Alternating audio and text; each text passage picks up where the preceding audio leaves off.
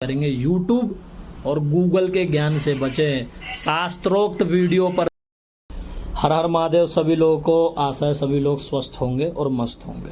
आज एक नई वीडियो लेके आए, जी हाँ, ब्राह्मणों के गुण और अवगुणों के बारे में। तो इस पर प्रकाश डालेंगे। उससे पहले आप चैनल को सब्सक्राइब करें और पेज को फॉलो करें और शास्त्रोक्त वीडियो ज़रूर शेयर करें। इसलिए नहीं कि इस पेज पे फॉलोअर्स बढ़ जाएं और फॉलोअर्स बढ़ने के साथ साथ फेसबुक और यूट्यूब हमें पैसा दे। जी नहीं, अपने बच्चों को दिखाएं, लाइक करें या ना करें, इसको शेयर ज़रूर करें, लोगों तक जाएं और अपने घर में प्रयास करें। अपने छोटे लड़कों को हमारी दिनचर्या से अवगत ज़रूर करवाएं।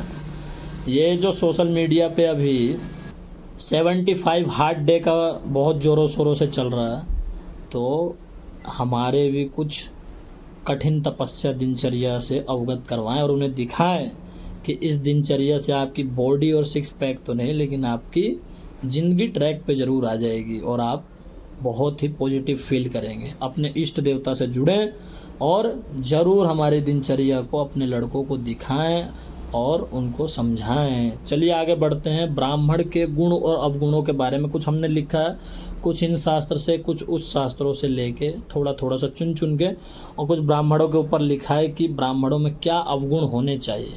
तो आज चालू करते हैं इस उत्तर से कि ब्राह्मण में ऐसा क्या है कि सारी दुनिया ब्राह्मण के पीछे पड़ी है। अब इसका उत्तर किस प्रकार दिया जाए, तो चलते रामचरितमानस में गोस्वामी तुलसीदास जी ने क्या सुंदर लिखा। भगवान श्री राम जी ने जब धनुष तोड़ा और क्रोधित हो गए हमारे परशुराम जी, तब क्या कहते हैं राम जी परशुराम जी से कि हे देव, एक गुण धनुष हमारे, 9 गुण परम पुनीत तुम्हारे। अर्थात हे प्रभु, हम क्षत्रिय हैं, हमारे पास एक ही गुण है, अर्थात धनुष ही है हमारे पास। हम इसी को धारण करते हैं और इसे से ही विजय प्राप्त करते हैं। परंतु आप में परम पवित्र 9 गुण हैं। ब्राह्मण के 9 गुण का उन्होंने वहाँ उपदेश दिया। कौन से? ऋजु तपस्वी संतोषी क्षमाशीलो जितेन्द्रियः दाता शूरो दयालुश्च ब्राह्मणो नवभिर्गुणैः। अर्थात ऋजु मतलब सरल हो, तपस्वी तप करने वाला हो, संतोषी मेहनत की कमाई पर संतुष्ट रखने वाला हो, क्षमाशीलो क्षमा करने वाला हो, जितेंद्रियः इंद्रियों को अपने वश में रखने वाला हो, दाता दान करने वाला हो, शूर मतलब बहादुर भी हो, दयालुश्च सब पर दया करने वाला हो, अन्यथा क्रोधित ना हो, ब्रह्मज्ञानी हो, उसको वेद और गायत्री का ज्ञान हो। वही ये 9 गुण बताए राम जी ने कि यही एक असली ब्राह्मण के गुण हैं। आप क्रोधित क्यों होते हैं प्रभु? तो रामचरितमानस में तुलसीदास जी के द्वारा जो लिखा गया और जो सत्य है, राम जी ने जो उपदेश दिया परशुराम जी को, ये तो उनके 9 गुण थे।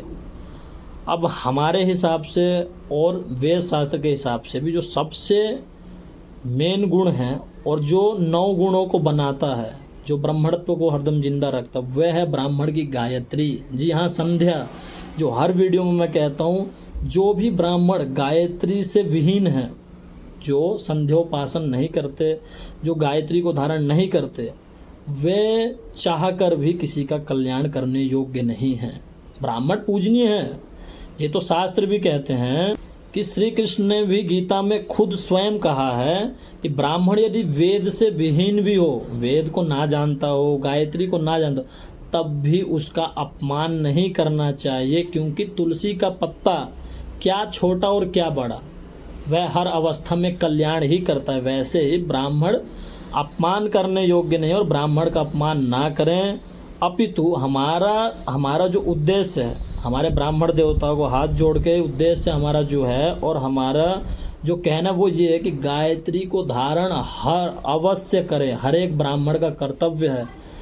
गायत्री जिसके पास है वो किसी भी मार्ग पर विजय ही प्राप्त करेगा। विजय श्री का उसको आशीर्वाद मिलेगा ही मिलेगा। इसलिए सारे ब्राह्मण देवता अवश्य गायत्री को धारण करें। जिनको नहीं ज्ञान है वे पढ़ें और गायत्री को धारण करें।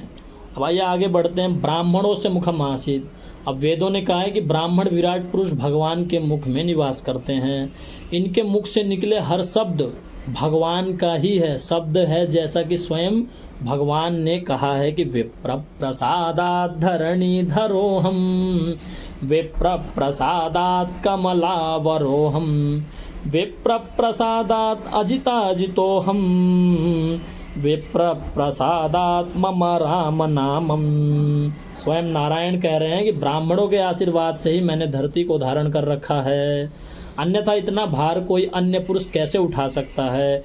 इन्हीं के आशीर्वाद से नारायण होकर मैंने लक्ष्मी को वरदान में प्राप्त किया है, इन्हीं के आशीर्वाद से मैं हर युद्ध में जीत गया और ब्राह्मणों के आशीर्वाद से ही मेरा नाम राम अमर हुआ है। अतः ब्राह्मण सर्व पूजनीय हैं और ब्राह्मणों का अपमान ही कलयुग में पाप की वृद्धि का मुख्य कारण है।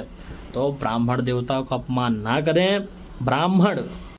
ब्राह्मण देवताओं का भी कर्म है, वे अपने कर्म पे ध्यान दें, गायत्री अवश्य धारण करें। सारे ब्राह्मण देवता पूजनीय हैं और पूजनीय ही रहेंगे जब तक धरती पर ब्राह्मण जैसे वर्ण अभी जिंदा हैं, धरती पवित्र है, अन्यथा कुकर्मियों से ये पृथ्वी भरी पड़ी है। ब्राह्मण ही है जो सत मार्ग की ओर लोगों को मार्गदर्शन करता है। तो ब्राह्मणों का सम्मान अवश्य करें। वीडियो पसंद आ रही हो तो वीडियो शेयर करें ज़्यादा से ज़्यादा लोगों पर, चैनल को सब्सक्राइब करें, पेज को फॉलो करें और प्रश्न ना करें, स्वाध्याय करें। जब तक अपने शास्त्र के बारे में आपको मालूम नहीं होगा, आप दूसरों से बेकार की बहस ही करेंगे। यूट्यूब और गूगल के ज्ञान से बचें, शास्त्रोक्त वीडियो पर ध्यान दें, शास्त्रोक्त वीडियो को ही प्रमोट करें, अन्यथा किसी वीडियो को प्रमोट ना करें। हर हर महादेव, जय श्री कृष्णा। सभी लोग स्वस्थ रहें, वेद भगवान आपका कल्याण करें।